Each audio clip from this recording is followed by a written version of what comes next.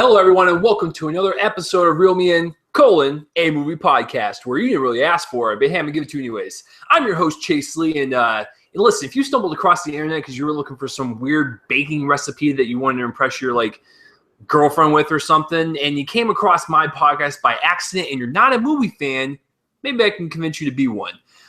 This is episode 89. Holy shit, we're 11 away from that big old 100.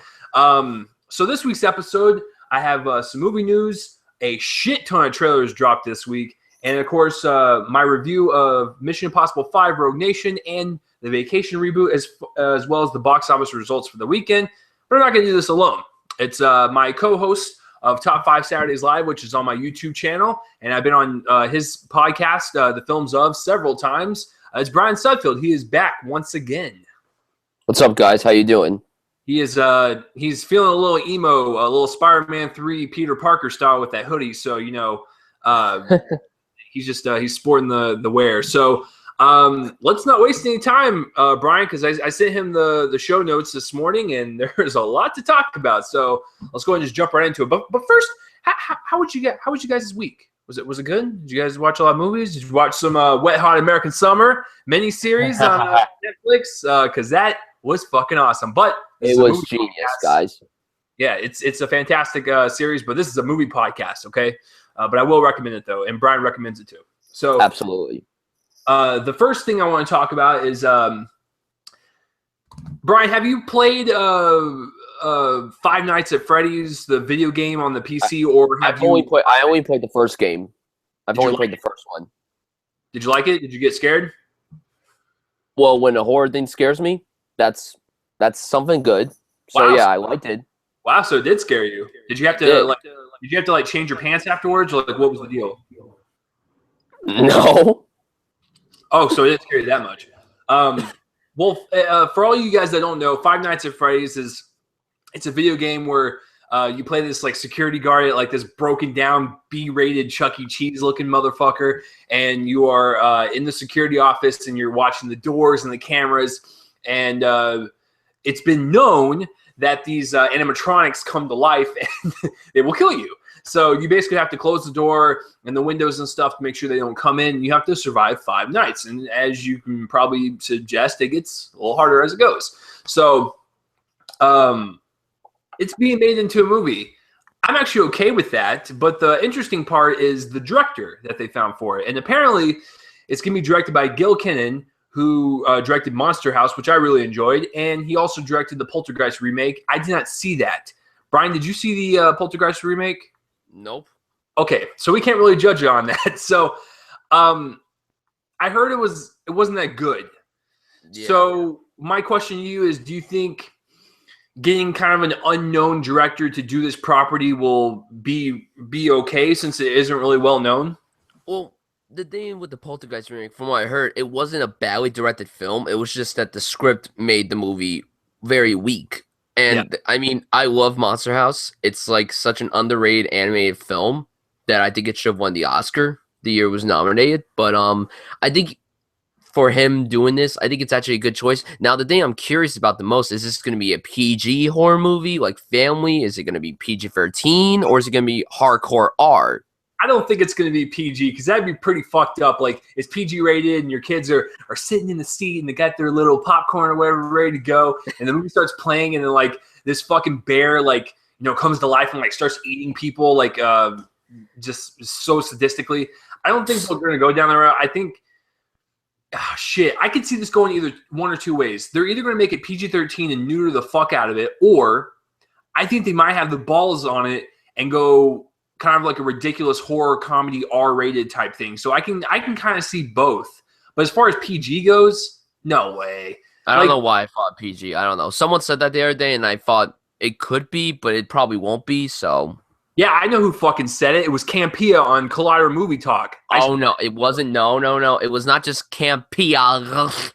It was someone else whose name I'm not going to mention. I'm going to call out that motherfucker. I don't care. He's not going to watch this. All right, so yeah, but Five Nights at Freddy's movies, I'm actually okay with it. I think it will be interesting, and hopefully it'll scare the shit out of you just like the game does. So I'm actually really curious to see how they're going to do this movie. So as a horror film fan, I'm okay with this. And as far as the director goes, I think getting an unknown will be just fine, just since this isn't really a well-known property. So that's the first piece of news. It's a very slow news week, not a trailer week, but a slow news week. So I had to slim pickings this. So the next piece is Brian's going to take more of this subject because I am not a huge fan of spy films. And I vaguely remember the Bourne franchise. I didn't see the Bourne Legacy. But the news is that Tommy Lee Jones is going to join Bourne 5, which tells me this. I don't know how cranky he's going to be on set. I don't know who the hell convinced him to be in this movie. It just doesn't seem like this is something he would do. But Brian, you saw the Bourne Legacy, right? Yeah. And you're not terrible, but not great. Just didn't have that good vibe that the Bourne films with Matt Damon had. So okay, but you're a pretty good fan generally of the franchise, right? Yeah. Yeah. So when you hear this news, are you excited that Oh, absolutely. I'm very excited because, I he scares the fuck out of me, Tommy Lee Jones, but he is a great actor. I don't know how this role is gonna go. He's gonna play a CIA officer. The thing, I have no idea how this role is gonna go. Either he could play a combination of his character Gerard from The Fugitive and Agent K from Men in Black, or he could just play exactly like Sergeant Gerard, and that'll be great because I fucking love The Fugitive. I loved his performance as Gerard. He won the Oscar for it, so I don't know how this is gonna go, but it's perfect casting. I think it's great that he's gonna be in this movie, and seeing him go back and forth with Jason Bourne is gonna be very, very cool. I just don't like the idea of this film being made because if you saw Ultimatum, the third film, his story kind of ended. Yeah, there was room for more stuff, but I don't know how I feel about this new Bourne movie. But it's cool that Matt Damon and Paul Greengrass are coming back. So that's cool, and they're actually co-writing the screenplay, which makes it very interesting. So I'm kind of optimistic about Tommy Lee Jones being in this film, but I'm just hoping that it's not the exact same role as Gerard from The Fugitive. That's a good point. Because as much as we like Mr. Jones, he kind of plays the same role in almost everything. He plays I fucking hate everything. I hate life. He's like Jeff Bridges, who plays the dude in every movie he's in. Yeah, exactly. So it'll be interesting to see how he is kind of placed in this world because it's just weird casting, man. He just seems like the last person on earth they would go to for this movie. So it's almost like they went through their whole list and they're just like, guys, we have one more person left, but I don't think he's gonna do it. And they're just like, well, who is it? Well, it's Mr. Grumpy McGrumperston, Tommy Lee Jones, and they're just like, well, shit. Well, someone's got to bribe him with a shit ton of money. So yeah, I'll see a trailer and stuff, and I might watch it. I mean, I'm just not the biggest fan of the Bourne franchise, so we'll see how it goes. So the last piece of news is this is a cool one, folks. So Tom Cruise, he's like the man of the episode today. Well, one of the men. He's in talks to star in a movie called Bob the Musical, and it's from the writing team is the creators of the Muppet movie. And essentially this movie is that Tom Cruise plays this guy who knocks his head and he wakes up and his life is like a musical now. So he starts to hear music. He probably sees a bunch of people dancing in the streets and stuff. This has the opportunity to be a really unique and fresh comedy. I'm excited for it, man. As soon as I heard about this, I was like, this sounds really fun. So I'm all on board for this. So Brian, when you heard this news, what was your first reaction to it? Oh my God, it's like the greatest fucking thing ever. This is so cool. Yeah. Tom Cruise doing the role like this, it's like something you wouldn't expect. And it just sounds pretty awesome. And it's being directed by the guy who won the Oscar for directing The Artist. Yeah. Oh, yeah. So, that's something cool. Yeah, it's I want you to imagine the energetic Tom Cruise on the Oprah Winfrey's couch and imagine that energy placed in his character throughout the entire movie. He's jazzing it up and shit, and he's dancing and singing and stuff. And at some point, he did sing in Rock of Ages, so yeah. And he was the best thing about that movie. I told you that a few days ago. Yeah, so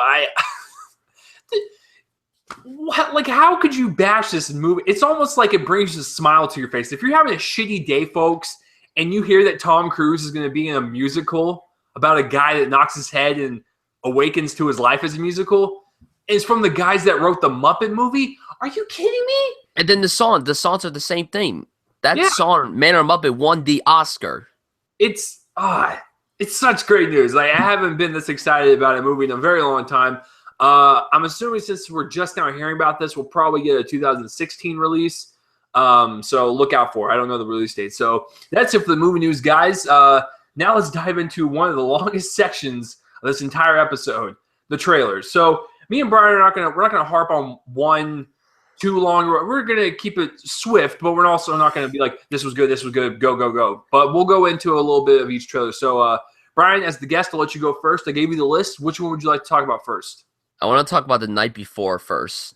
Oh, interesting. So The Night Before is from my boy Seth Rogen and his partner Evan Goldberg, and they brought us, The Interview, This Is the End, Neighbors. They've also written Superbad, Pineapple Express. These guys are two of the main reasons why I got into comedy and writing and stuff. They're two of my biggest influences. So them coming out with a movie every single year, it just brings a smile to my heart. So this movie is basically Seth Rogen, Joseph Gordon-Levitt, and Anthony Mackie, just friends hanging out around Christmas time, and it looks like it's going to be just a raunchy, religious bashing good time, and I can't wait for it. I saw the Red Band trailer in front of Vacation this weekend, and the whole crowd was laughing. I was laughing because I've seen the trailer a million times, but it's just such a good trailer. It's got some supporting cast in it that I really like. It's going to be that raunchy Bad Santa movie of the year. Yeah. Like you go in and you're just like, I'm going to watch a raunchy comedy around Christmas because that's the way I feel today. So I'm looking forward to it. I can't say any more about it because, listen, I'm a Seth Rogen lover. I'm going to watch anything he does, folks. So, Bryan, what did you think of the Night Before trailer? I couldn't stop laughing. This trailer is so freaking hilarious. It's such an entertaining trailer. I mean, from the beginning, when they're on the big piano, then Anthony Mackie's like singing Kanye West. It's just so funny. And then my favorite moment in the trailer is definitely the scene in the church with Seth Rogen and with the Star of David sweatshirt. Then he's like, "This, how could they tell him Jewish? Your sweatshirt." He's like, and then he like almost froze up. She's like, "Don't you dare throw up," swallowing like a girl would. The funniest part in the church scene when he looks over and he's like, "Who's that?" And she's like, "Who?" And he's like, he does the bird stance. He's like, "We did not kill Jesus. We did not do it." Oh, great! It's being directed by the guy who directed Seth Rogen and JGL in 50/50. Yeah. So that's pretty cool too. Donovan Levine or something like that. Yeah, I really like his movies. I love 50/50 to death. Yeah, same. I really liked Warm Bodies a lot. Big surprise. So I'm looking forward to this, man. This is going to be. Listen, folks. You have your Star Wars. I have my comic book movies, but The Night Before is also one of those. That's like my Star Wars. Okay, I love comedies to death. This is the one, folks. This is the one. And it's going to be an interesting weekend. You know what comes out the same day as? Creed and The Good Dinosaur. Oh, my God. That's like some of the greatest counter programming I've ever seen. You have a kids movie. You have a feel-good boxing movie that your family could go to. And then you have a raunchy movie for you and the guys or whatever. Or like, it's perfect. It's a perfect weekend. So The Night Before, guys, it's a Red Band trailer. If you don't want to see it to spoil all the jokes, I understand. But just take it from me. If you're a Seth Rogen fan, I think this is a one you should look out for. And it's not even Seth Rogen and Joseph Gordon-Levitt I'm looking forward to. I'm looking forward to Anthony Mackie, finally let loose and be raunchy. Like, it's great. So, because, he's Falcon. So it's very interesting. So, that was one of the good ones. So I don't know where to go from here.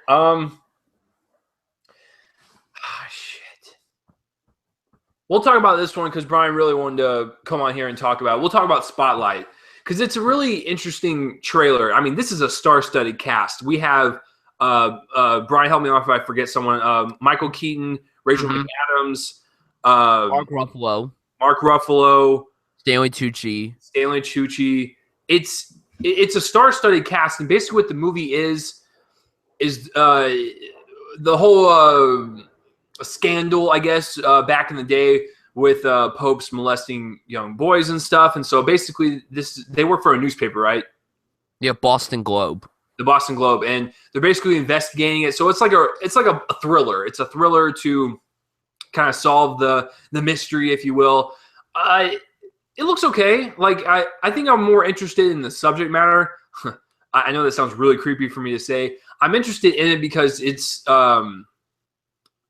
was such a big part of whatever year that happened, and I'm just curious to see how this movie's going to spin that, because that's a really touchy subject, child abuse and sexual assault and stuff. So I'm actually really curious to see how they're going to handle it.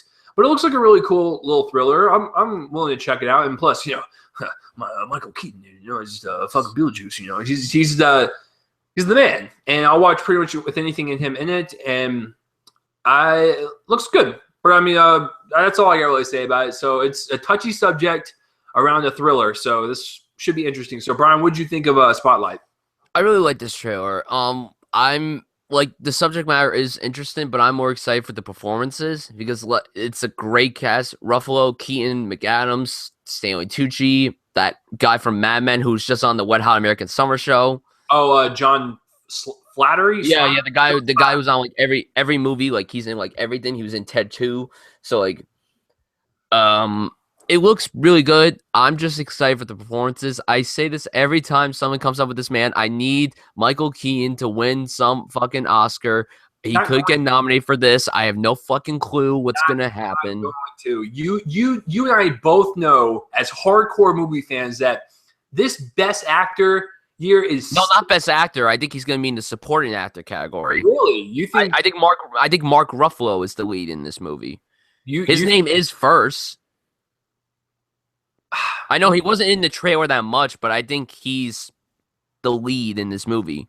When you watch the trailer, it kind of looks like Keaton's the main dude and Ruffalo's the supporting. I have no idea. But Channing Tatum was the lead in Foxcatcher, but he would have been placed in like supporting. Listen, bullshit. I've said that for months. Channing Tatum is the lead actor in that. He is the lead actor in that. Steve Carell is the supporting. Should have been swapped, but I digress. So you are really looking forward to it. Yeah, and the director's pretty good. He made Win-Win, a very good movie with Paul Giamatti. Yeah, but the guy did The Cobbler. Oh, gross! Eek. That movie was brutal. Yeah, I mean it's a fine looking trailer. It's definitely not the worst trailer on this list. Actually, all these trailers. I don't really think there is a bad trailer. No, I actually liked all these trailers, to be honest with you. So there's really no bad one this week. So Brian, I'll let you go next on the next trailer. Let me look what there is. Let's talk about 13 hours.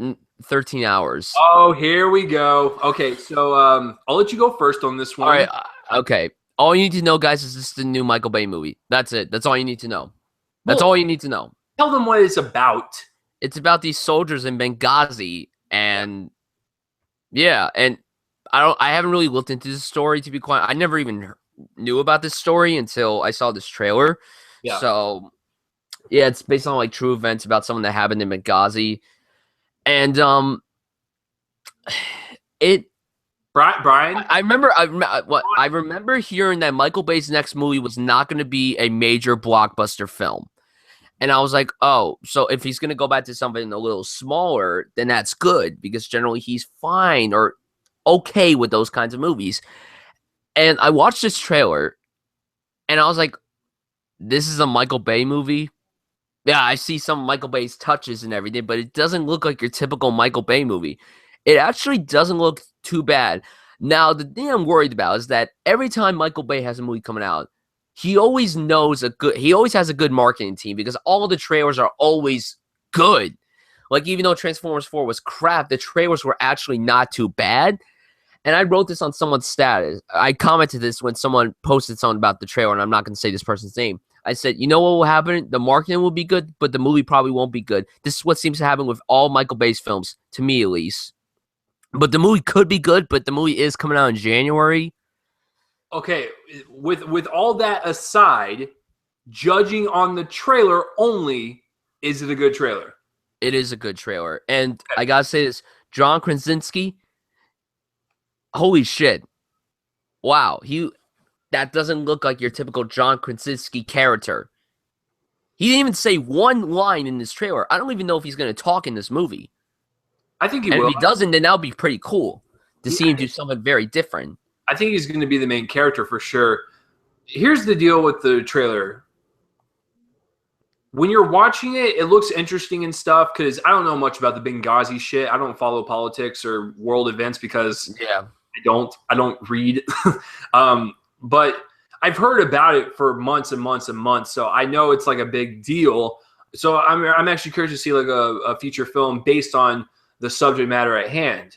When you're watching the trailer, you could imagine any director doing this, but once they said from Michael Bay, director Michael Bay, not producer Michael Bay, this is the guy helming it, you go, okay, that makes sense, because when you rewatch the trailer, it's got the saturated colors, it's got the certain glossy shots. It looks like It's got some of the Dutch angles and stuff. Yeah, so it looks like a Michael Bay movie, but it looks like he's going to take care of this story and this subject to make a really compelling movie and not just, poop out something. But it's like what Bryan said, we don't know until we actually see it.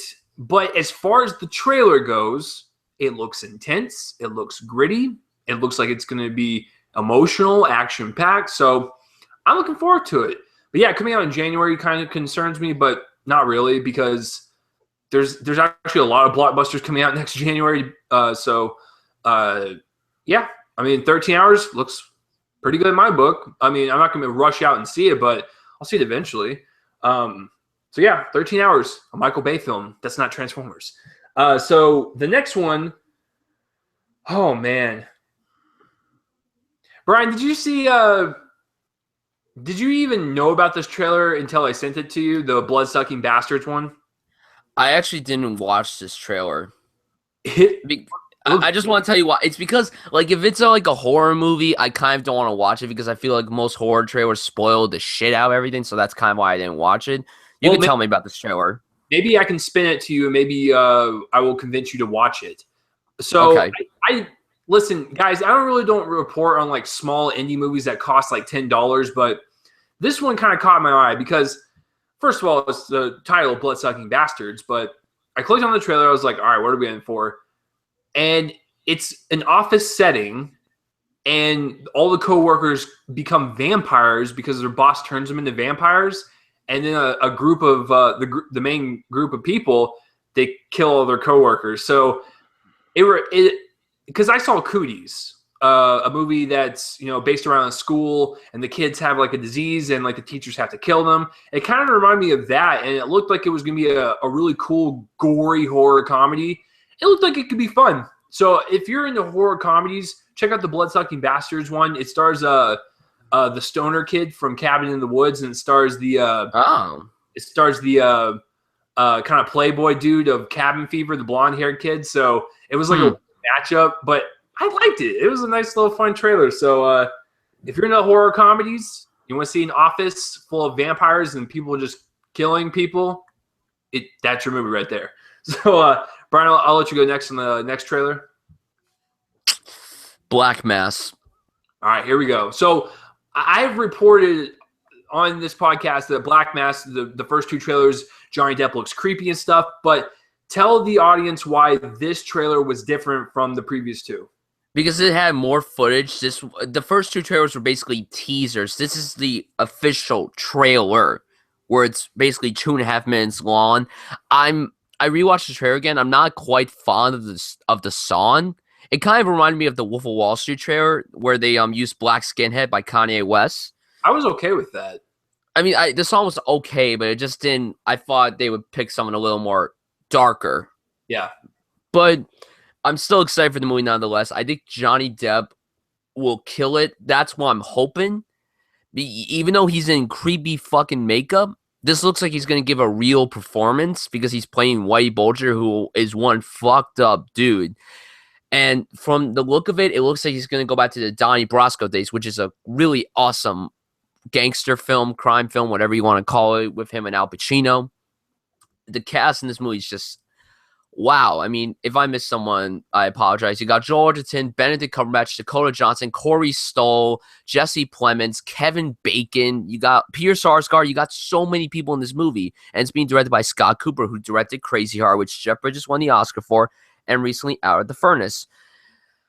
The film could be very mixed, but I think Johnny Depp's performance is going to be outstanding, and he could, and I'm not saying he will, he could get a Best Actor nomination, and this would be his first Oscar nomination since Sweeney Todd, which came out 8 years ago.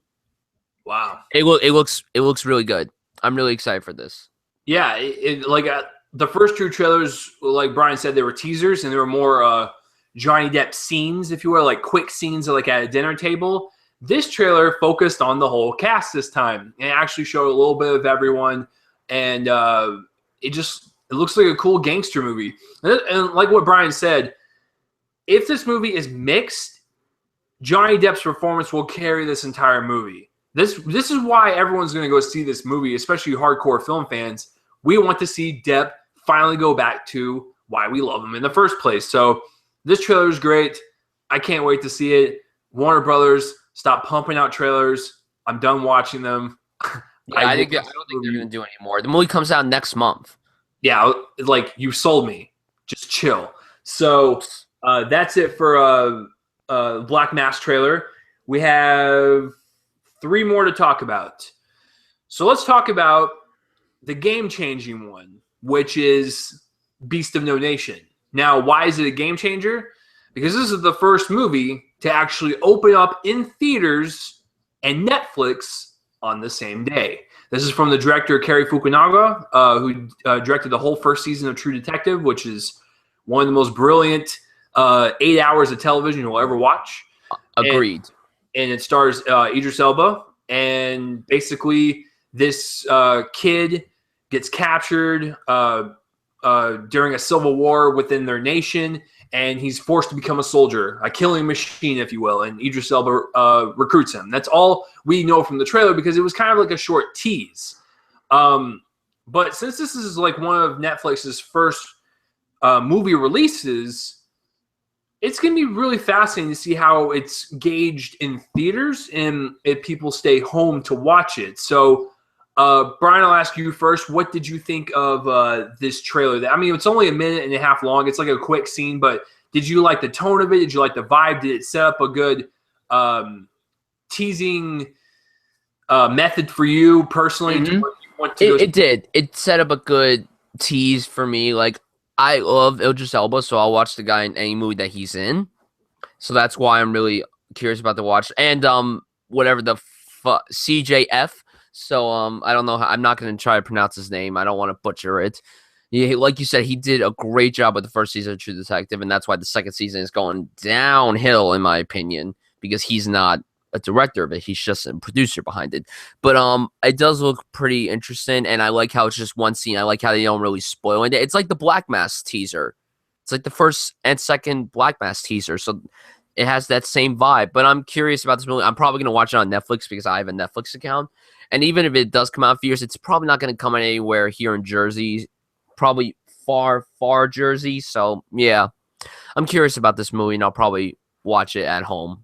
It looks really good, like cinematography-wise and the colors and stuff. It looks like it's going to be a rich, beautiful-looking movie. And I'm excited to see what Fukunaga does with this movie because this is his first thing after his praise on True Detective. So let's do it. So yeah, it's a short clip, so there's really nothing more to review on it. But this is the game changer, folks. If this does really well on Netflix, you can bet your fucking ass this is probably going to be the norm in the next 5 years, probably a little less. So I will see it on Netflix because I pay $9 a month for it, and that's a ticket price, so makes sense to me. But I mean, like if I get sent to a screener or something, I'll go see it. I'll go support it. So Bryan, I'll let you go next. There's 2 more trailers to talk about. One of them is a drama, one of them is a comedy. So which one would you like to end with?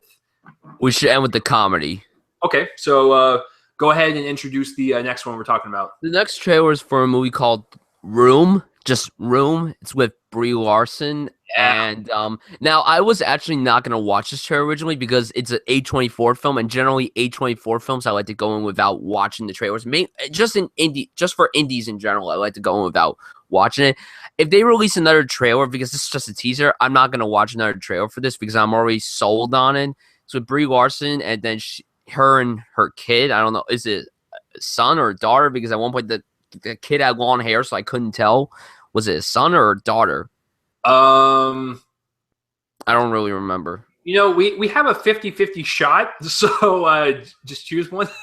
I guess son. Yeah, her and her son are like trapped inside this like box. And the thing I didn't know was that it's from the director of Frank, which was a really good film with Michael Fassbender in that fucking mask. So yeah, it looks pretty cool, and I really like Brie Larson a lot, and I would love to see her do more leading roles because I think she's a very underrated actress. I think the only like big, well-known lead role she had was in Short Term 12, which is a very underrated film. I mean, she was recently in Trainwreck, which was great. Chase has talked about that numerous times on here.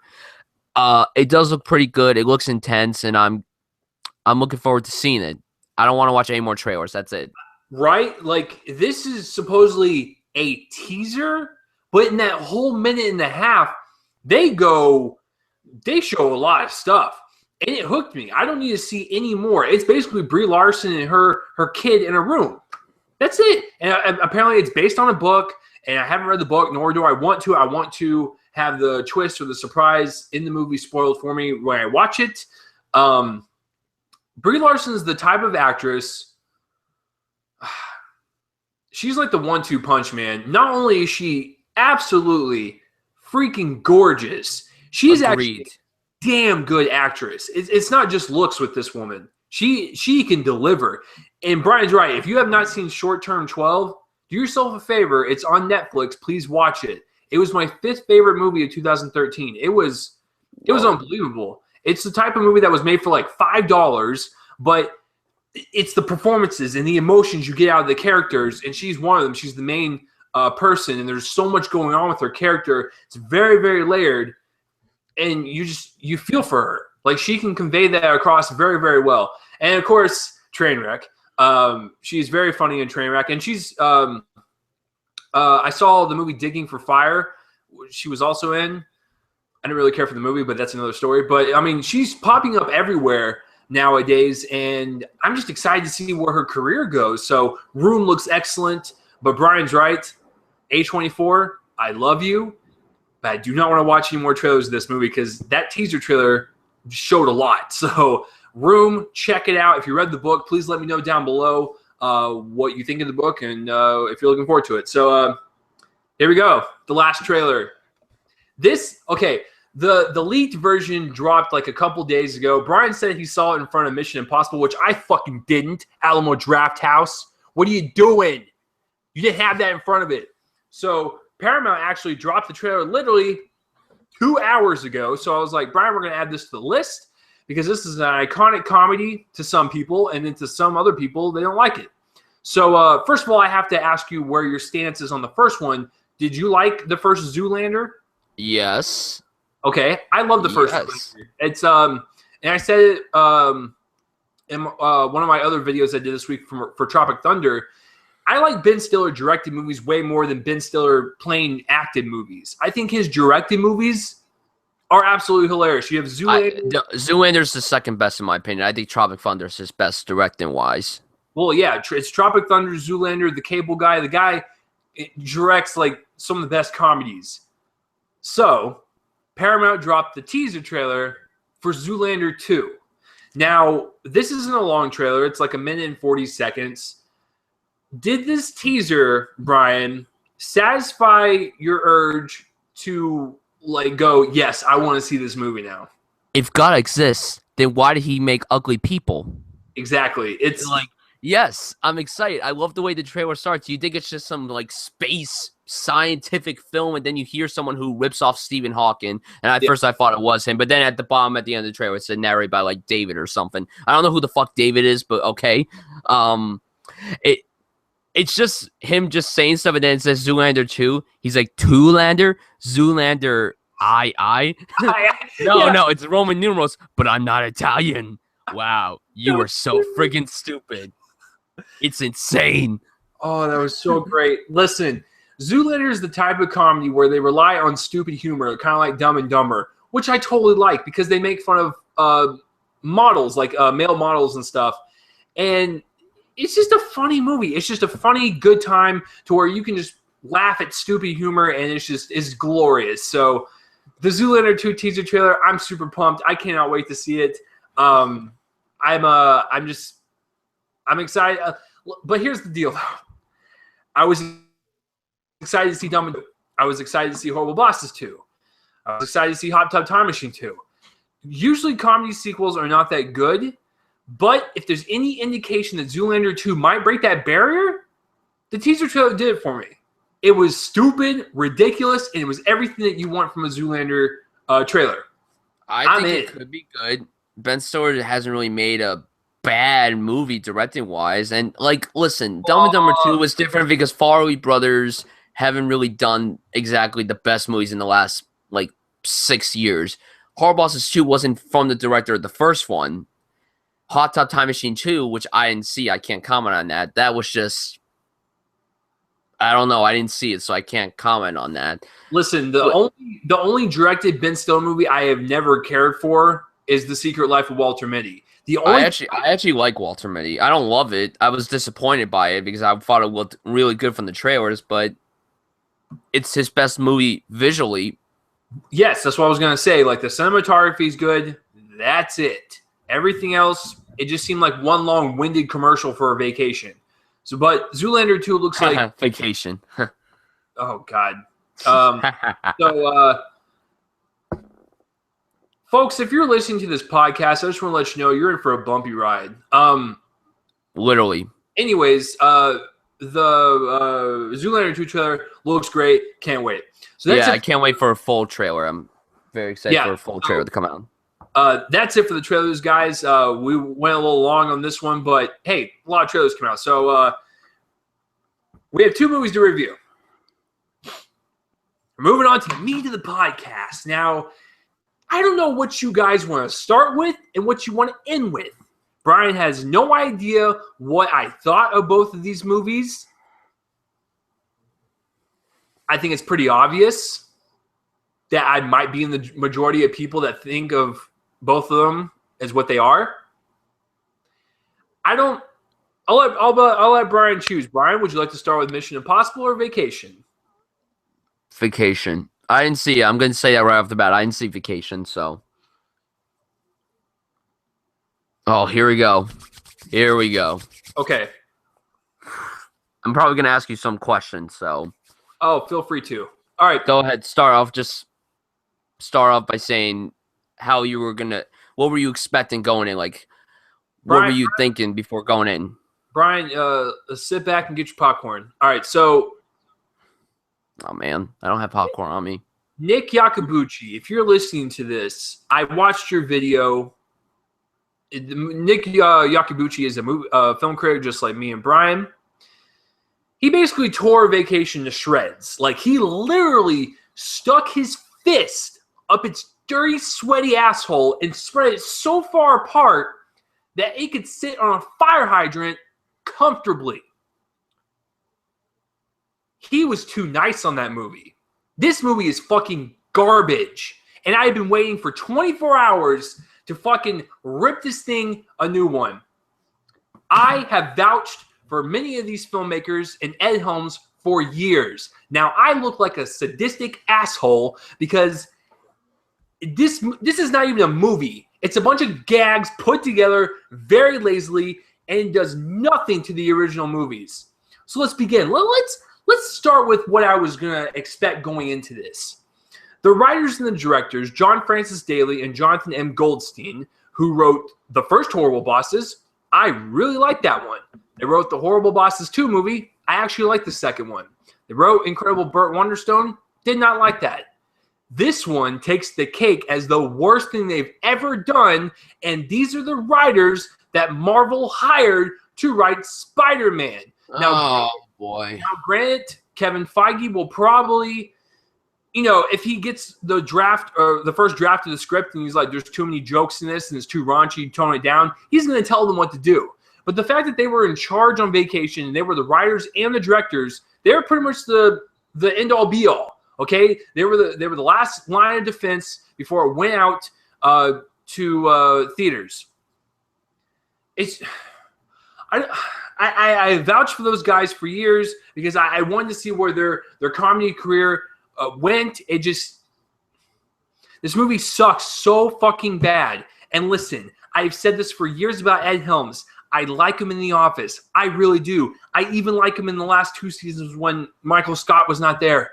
When Steve Carell left the coop and he went off to other waters and it was left to Ed Helms to carry the fucking show, I vouch for the guy because I actually really like him. I liked him in Cedar Rapids, and I liked him in Jeff Who Lives at Home. Very two smaller movies, very independent movies that are more drama-driven. I liked him in those roles.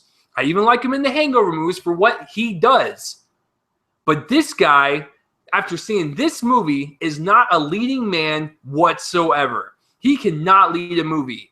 I don't know whether it was a combination of him and the lazy-ass writing, but it was a terrible fucking chemical combination that just exploded on screen in like the worst way possible. And it was one of the worst movies, one of the worst comedies I've ever seen, and it's one of the worst movies I've seen this year. So let's break this down because I'm sure you're just so eager to hear me talk about it.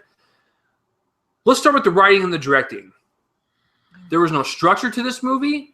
And like I said, it was just a bunch of gross sight gags throughout the entire movie. They didn't really make any sense. They just like, oh, we're in this location now. Let's have a poop joke or a dick joke. Listen, I will be the first to admit, I like poop and dick jokes when they're told correctly. Let's look at my collection. I'm going to look around. 40-Year-Old Virgin. It's got a lot of sex jokes in it, a lot of dick jokes. But the movie's about a guy trying to lose his virginity at 40 years old. Kind of makes sense for the fucking premise of the movie. Look at American Pie. It's about 4 teenagers that want to lose their virginity. Of course, it's filled with poop, dick, and sex jokes. Makes sense. But when you have a movie like this, that's more of like a family vacation, and it's more about family bonding and stuff, getting into like certain circumstances and stuff with this through line, it doesn't need to be fucking raunchy with poop and dick jokes. It's like the laziest form of writing and a comedy I've seen in a very long time. And I like those movies. That's what frustrates me. I like comedies like that. I'm the comedy fucking king. I love comedies. But this is a prime example of lazy fucking direction and writing, and there was no structure to anything. And they have the little kid curse and use, shit and fuck all the time. That's not fucking funny. And if you want to use it as humor, use it sparsely or whatever. But this kid was it was super mean. All these characters were unlikable. I didn't like anyone. There was only one joke throughout the entire movie that I actually really liked, and it didn't involve any of the main cast members. It was a side joke that was actually kind of clever. Other than that, I didn't laugh one fucking bit throughout this movie because the characters were unlikable. They were despicable. The little kid was fucking annoying. I hated the big brother. I liked Christina Applegate. I didn't like her in this. I liked Leslie Mann. Didn't like her in this. I didn't even like Chris Hemsworth in this movie. It was such a waste of talent. What the hell, man? So with the writing and the direction of the characters and stuff, fucking lazy, and none of them were fucking likable. Didn't have any charm whatsoever. That was just fucking sucked out and spit out, thrown on the street, and have a hobo shit on it. That's what this movie was like. And if you want to get into the acting, Ed Helms, like I said, I don't know whether it was the writing or if it was his acting, but every single line delivery uttered out of his mouth, it was just not funny. And he was trying way too goddamn hard on everything that was written in this movie. It was lazily shot, and the movie is 1 hour and 40 minutes, and that felt longer than Mission Impossible Rogue Nation, which is 2 hours and 10 minutes. And last and certainly not least, I didn't laugh or smile once except for that one time. I found more humor in Mission Impossible than I did in Vacation. The only funny part throughout the entire movie wasn't even in the fucking movie. It was the guy in the audience that was just howling and laughing as if he's never seen a fucking movie before. or a comedy in his life. It's like he was in like frozen sleep for 60 years, and he awakens and he's like, what should I do for the first time or for the first day of my life? I've been asleep for like 300 years. Oh, I'm going to watch a movie. I haven't watched a comedy yet, so I'm going to go watch Vacation. And it's like he sat down and he was just laughing his balls off, having a good old time. No! I don't understand why people find this type of humor funny when it's told this lazily. Like I said, I don't mind a poop joke every now and then or a dick joke, but if it's told cleverly or, kind of subtle and it's not just like in your face, literally when they're in a hot springs full of shit. And that's the other thing. This whole movie was spoiled in the trailer. Every good joke in the trailer was in the movie, and that was it. All the other humor that was like in between those segments didn't work because they were trying too fucking hard. This gets an F. That is my final rating. Bryan, do you have any fucking questions for me on this abomination of cinema? No. Well, is it the worst movie you've seen this year so far? I'm contemplating on... It's either between Vacation, Unfinished Business, or Barely Lethal. Those are probably the three worst I've seen so far. Ah, okay. All right. I would not waste your money to go see this movie. No. It's a waste. I don't... Listen, Warner Brothers, fucking Hollywood. Listen, I realize that I'm not the best fucking writer on the planet, but I've written some decent stuff. Why can't you go fetch out some actual creative people and give money towards them to make something? It might fail, but at least it won't suck as near as much fucking dick as Vacation. It was such a lazily written movie. I don't understand. These guys are talented comedy writers, but the whole movie was just played out as one long SNL joke with different sketches thrown in. It just tried too hard. When a little kid curses, it's not funny. When someone is swimming in a pile of shit, it's not funny. When someone's jerking off a drawing of a penis, it's not funny. Try way too damn hard. That's the end of my rant. So, Bryan, do you have any more questions or comments for this? Nope. Not at all. Wow. That's it? Nothing That's more? it. That's it. Yeah, Nick Yakabuchi, if you're listening to this, my friend, you went too easy on the film. It's awful. It's an abomination. I can tell you that safely as a comedy guy. It's a lazily written movie. I didn't like Dumber and Dumber 2 at all. That was better than Vacation. I didn't like Hot Tub Time Machine 2 at all. It was better than Vacation because at least I like the characters. So there you go. Take with what you will. It's such a waste. It's a wasted movie, comedically, just everything. I haven't seen the original Vacations in years. The most previous one I watched. I thought you were going to say you haven't seen the original Vacation. No, I've seen them. It's just been a long time. Good. The most current one I remember as of recent was Christmas Vacation. It's probably my favorite. But like, I've always been a fan of like older National Lampoon movies. Look at Animal House. Look at the Vacation movies. These are the type of movies that National Lampoon used to make to where they had great characters, a good little story, and they were just all around funny because they would put characters in like real life situations, and we can relate to that because we've been through that. We've been on vacations with our families before, and for Animal House, we've all been in colleges. We've all been to parties and stuff. So, but there's nothing relatable about Vacation. The kids are so vile. They're cursing and they're just, the parents aren't doing shit. And like, they're terribly written characters. Not even Chevy Chase's cameo saved this movie. Like, even his parts were like just embarrassing to watch. And the movie just kind of ends. That's the other thing that kind of pissed me off. It just ends. They reach their destination and something goes wrong and just ends.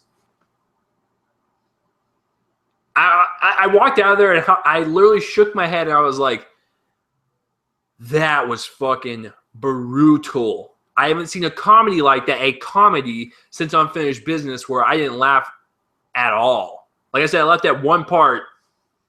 That doesn't justify the $8 I spent or the whole hour and 40 minutes that stole away from me. It's just a lazy comedy that should have never been made. It's not funny whatsoever, and I don't understand why people find it funny. And this is coming from the guy that likes Scary Movie 1 and 2. That's got a bunch of poop and dick jokes in it, but they're funny. This is not. There's Vacation for you, folks. Fucking awful. Bryan? That's it? That's all you wanted to ask me? I honestly, I just can't ask you anything now. I can't. There's nothing else to ask. Wow. Now that my blood is boiling. Wow. That's...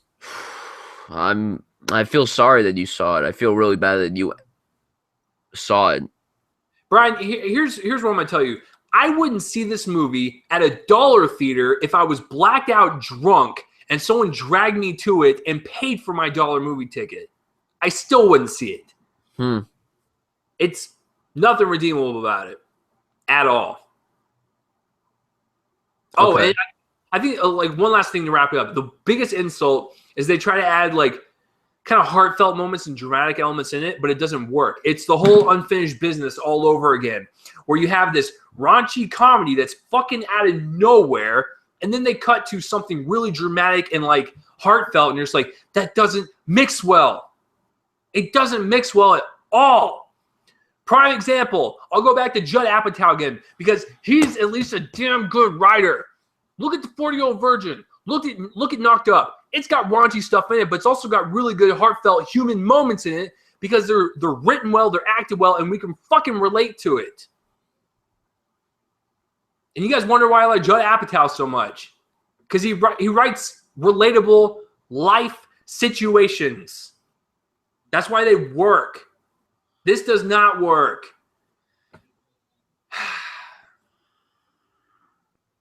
Bryan? Yeah. Vacation guy now. So, since my blood's boiling, I'm going to go ahead and let it simmer a little bit. Bryan, would you like to introduce the next movie that we're going to review? Yes. And something good. Mission Impossible Rogue Nation.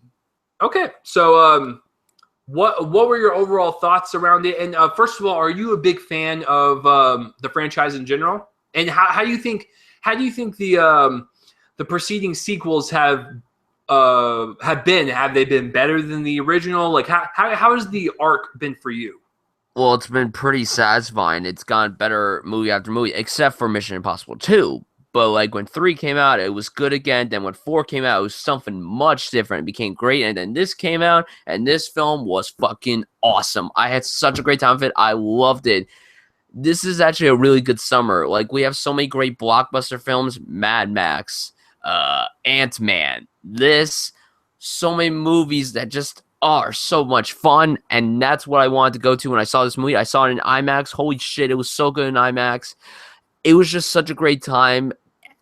Christopher McQuarrie just knocked out the park. I was a little curious to see because I personally was just about Jack Reacher. It's fine. It has good action, but it's not like great action. But this action was killer. Tom Cruise, he's fucking insane. He's a fucking maniac. He's a maniac. He hangs from an airplane. He goes underwater for like 6 minutes, and then he's on a motorcycle without a fucking helmet. Oh. What? Wow. But the movie was fucking great. I had such a great time with it. I loved, all the characters jump back into the roles. Of course, Cruise is always great as Ethan. Simon Pegg as Benji, always a bright spot in these films. Jeremy Renner did good as Brandt. It was great seeing Vin Rames back as Luther.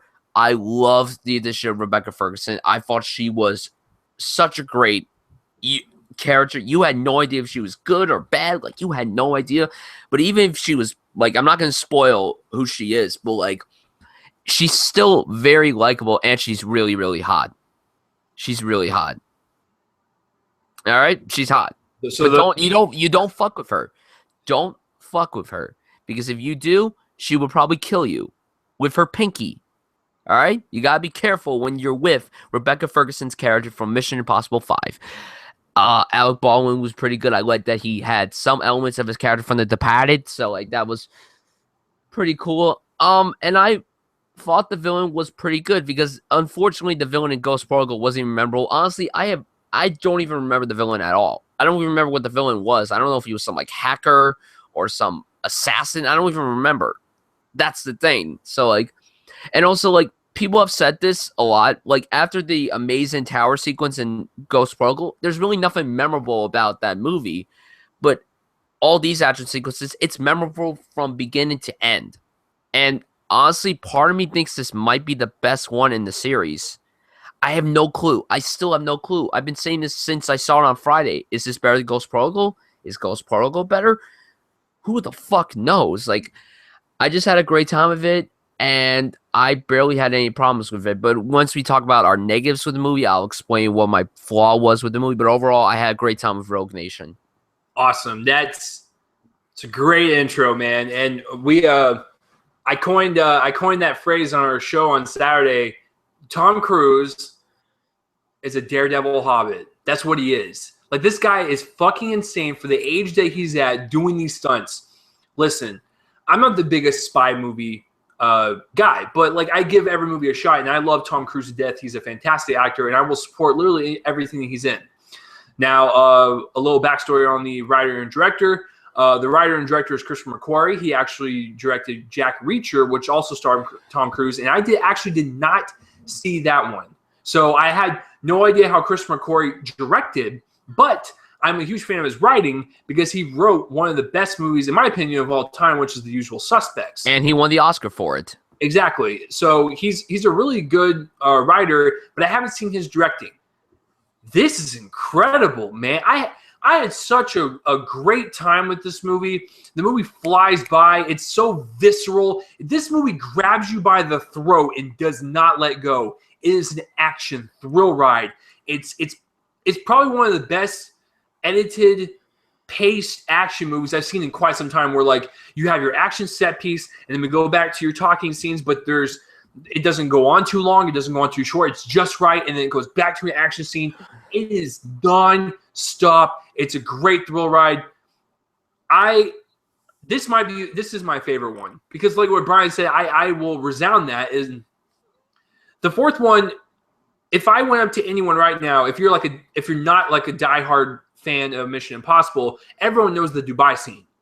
But like if I went to a diehard person of Mission Impossible, I could probably be like, so besides the Dubai scene, do you remember anything else from Ghost Protocol? I'd be very interested to see if anyone actually remembers anything, because I honestly don't. I remember watching the movie in the moment, and I was like, that was a really good Mission Impossible. I really liked it. But number 5, I'm still sitting a day after, and I'm thinking of the awesome action set pieces that were throughout this entire thing. I loved the whole underwater thing. I loved the opening with the plane. I loved the motorcycle chase scene.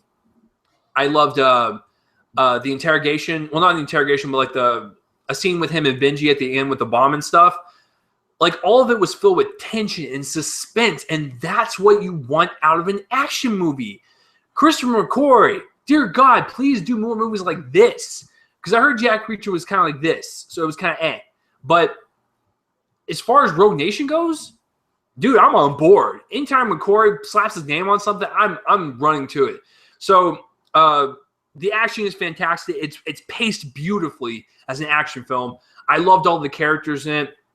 Loved Tom Cruise as Ethan Hunt. Rebecca Ferguson was a very, very good addition. I loved her character, and she was gorgeous to look at. So she had a lot to her. Because that's the whole thing about this movie. It was a cat and mouse game. It was kind of like the CIA is chasing the MI5 people, and we don't know who's good and who's bad. We have a lot of double crossing and stuff, and it's just really fascinating to see it kind of unfold and see where everyone lays on which side of the track towards the end of the movie. And then, it does leave it open for another one, which is great because that's what Ghost Protocol did. It led right into Rogue Nation, so I'm excited to see where they take number 6.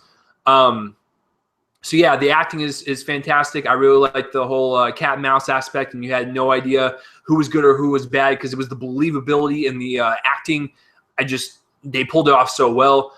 Alec Baldwin, I really liked him as the head of the CIA. I thought he did a fantastic job. I thought he'd be over the top, but he wasn't. I thought he was dead on. This will be as part of my negatives, but I only have one negative. But the villain was okay. He wasn't like He was better than the villain from the last film, like I just said. Yeah. I'll agree with that. But he wasn't like, ooh, shit, that was, he got under my skin. Philip Seymour Hoffman was like that in MI3. So exactly. I totally agree with you on that one. So, yeah, all the acting is there except for maybe the villain. I didn't really care for him too much. The cinematography is gorgeous. It's a really nicely shot film. It's a nicely shot film. And every time when there's a chase scene, it's just incredible how the camera is moving along, especially with the motorcycle chase scene. I haven't seen anything like that from a movie like involving motorcycles where the camera's like got the first person point of view and you're weaving in and out of the cars and stuff and you're dodging 18-wheelers. That was gripping me. I was on the edge of my seat like, oh shit. Like, don't hit something. Same goes for the underwater scene. That was shot in one take. It was one take. Yeah, no, that made me go claustrophobic, man. Like, I was sitting there in the theater going, I can't breathe, man. Like, Tom, get out of there. Tommy, get out of there. Get out. Oh, dude, in IMAX, the water, when he goes in, it's like so loud and it's like a muddled sound. It sounds so good in IMAX. Like, it was like, it was so engaging. I love this movie so much, I might go re-see it in IMAX. So, yeah, I pretty much nailed everything. And then, like I said, the editing and the pace of this was absolutely beautiful. I haven't seen an action movie paced that well in forever. Because, like I said, it was 2 hours and 10 minutes, but I wanted more. It flew by for me. I was like, oh, it's over? I wanted more. So that's my positives with the movie. There's a lot of positives. Brian's got one negative. I got one negative, so I'll let him go. Brian, what was the one thing you were kind of disappointed about on the movie? I agree that it was a nicely paced film, but from time to time it was a little sloppy. Like at one point it was sloppy, then went normal, then sloppy. That was a little nitpick of mine, but I overall loved the movie. Like that was my only fault with the movie. Really? And yeah, the villain was but he, like I said, he was better than the villain from the last movie, so that was something good. Wow, so we actually have different negatives. I thought like with your one gripe we were going to be on the same page, but maybe you can convince me. So you had a problem with some of the pace and stuff. I understand that. It is a very long movie. It's the longest Mission Impossible they've done. My one complaint, and this isn't really like a huge deal, I just wish there was more to it because it happened so damn fast, is the final showdown between him and the villain. It literally It literally kind of they meet up and it happens and they're running after each other and then I'm not gonna say what happens, but like it just ends. It's just kind of done. And I was like, I wanted like a bigger showdown for like the build up to this, evil dude that's a part of the syndicate and stuff. So other than that, I absolutely adore the movie. That's my only complaint about it, is that I just wanted more from the final showdown between Ethan Hunt and the leader of the syndicate. So, oh man, there's really no more negatives. So Brian, score this thing, dude. So I give this movie a solid A. Nice. I'm gonna give it an A-. It's just so close for me. If they would have made that final showdown a little longer and a little bit more drawn out, and a little bit more like emotionally there and like gripping and stuff, because it leads up to this final battle. If there was just a lot more oomph to it, a lot more weight, I would have given this thing an A+. But an A-, dude, and you give it an A, that just shows you right there, like this is no joke. Like people love this movie. I love this movie. You love this movie. It's a good spy film. That's all I can say. So, oh man. I didn't tell Brian which order I saw it in.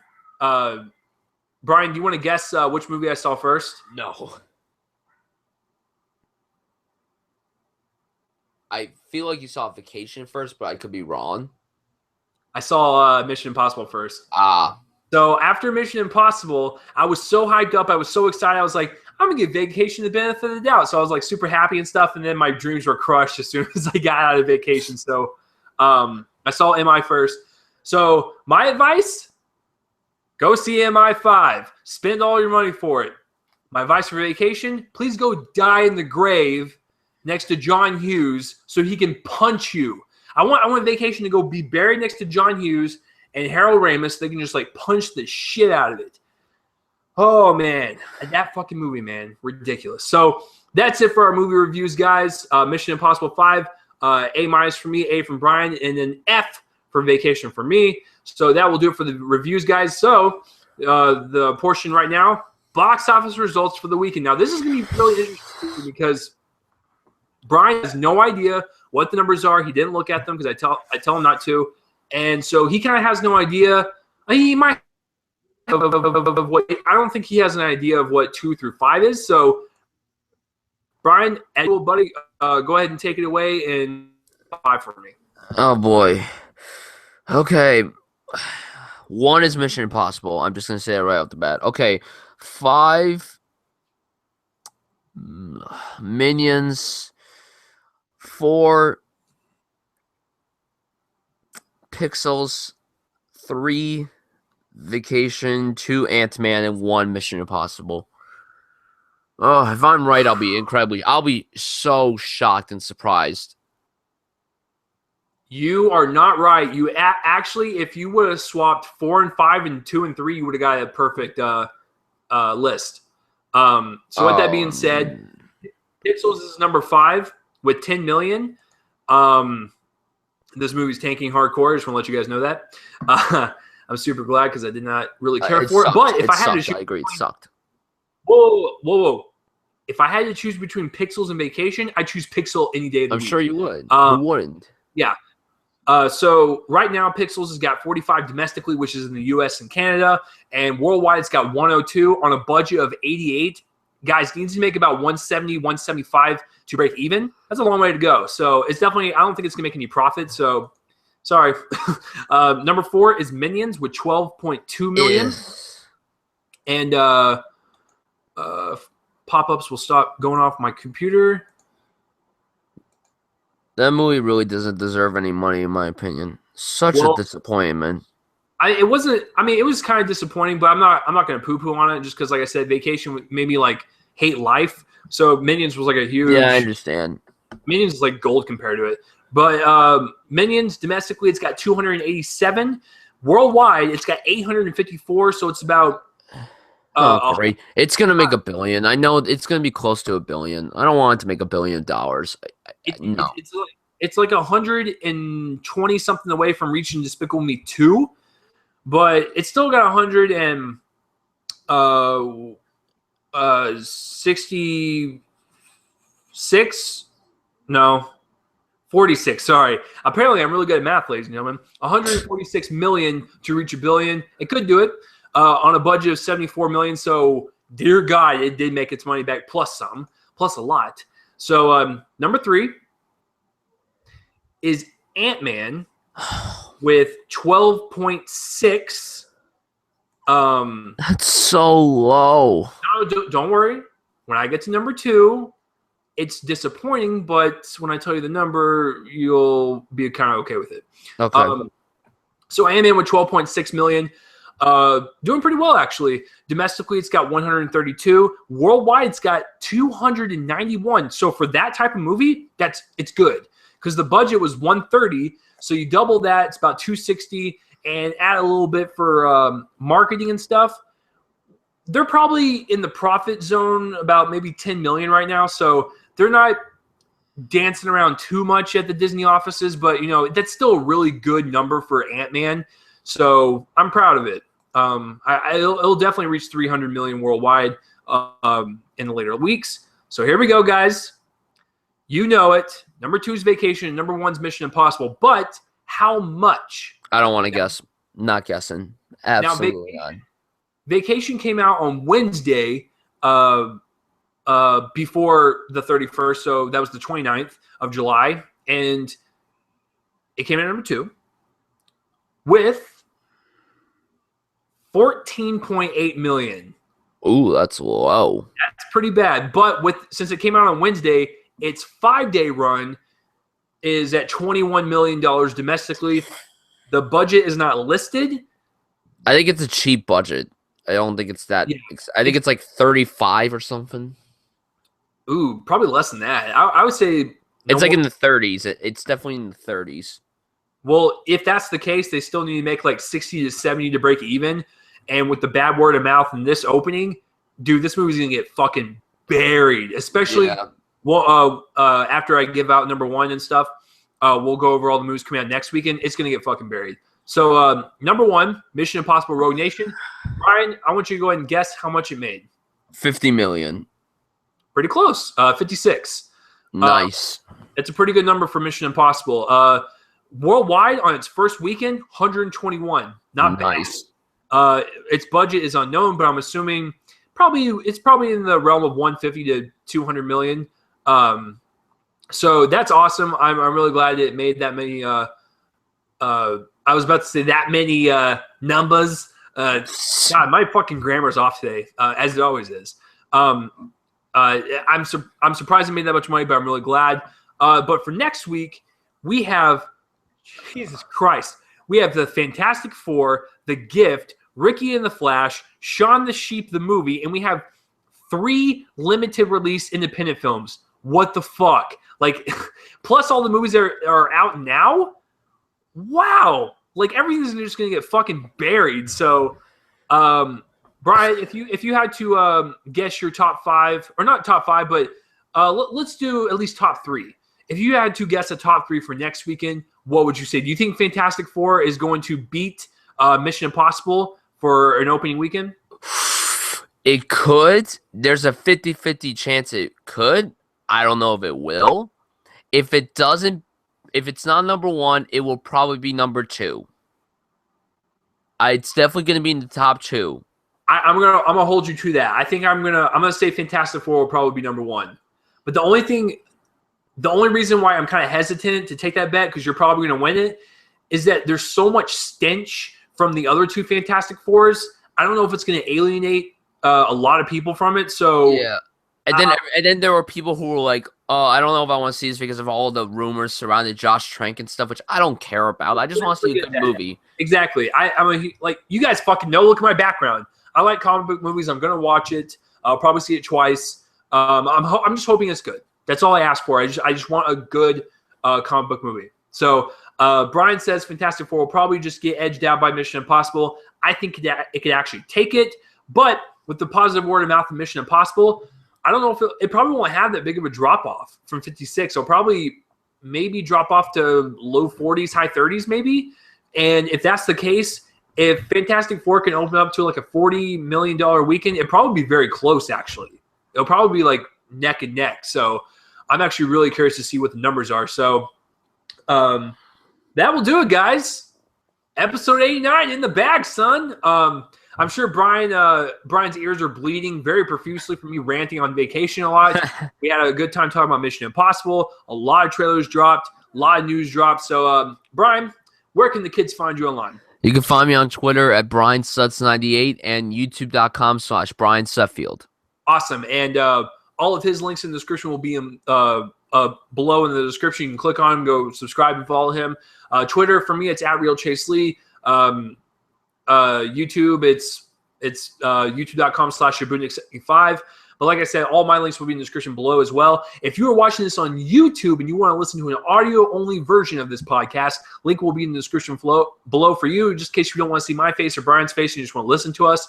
And if you're listening to on Spreaker and iHeartRadio and you want to watch the video version of this, link will be in the description below for that as well. I want to thank you guys for listening. As always, episode 89, guys. Next week will be episode 90. This is going to be a fun one. I'm going to do a doubleheader again. I've actually had fun doing these doubleheaders. I did Ant-Man and Trainwreck, Southpaw and Pixels, MI5 and Shit Vacation. So it's been a good 3 weeks. So I think I'm going to do it again. I'm going to do The Gift and Fantastic Four. So look out for my double review of a comic book movie and a horror movie. It's going to be insane. So thank you guys for listening to another episode of Real Me and a movie podcast. I'm Chase Lee. I'm Bryan Sudfield. That is fucking right. And we have a show on my YouTube channel called the Top 5 Saturdays Live, where we take an actor or something that the movie's coming out that Friday. We take a look at who's in it or whatever. We make a top 5 list. Check those out as well because they're always really fun. So tune in next week for another episode of this awesome podcast. I'll see you guys next week. Have a good day, good night, wherever the hell you're listening to this. You guys are fucking awesome. I love you all. goodbye. Let's play my outro music. And outro music by my friend's band, Fervent Roze. Link in the description below. Peace out.